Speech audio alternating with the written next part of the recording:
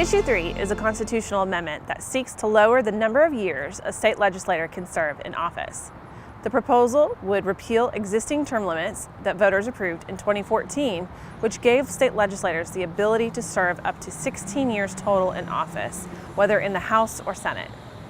Issue 3 would limit state representatives to 3 two-year terms for a total of 6 years. Senators would be limited to serving 2 four-year terms, or a total of 8 years. Legislators could not serve more than a total of 10 years, including partial or special terms. Issue 3 would prohibit legislators from proposing future amendments to change these limits with a future ballot issue. Any future ballot measure could only occur through the citizen petition process. More detailed information about this issue can be found in our voter guide, available at uaex.edu/ballot.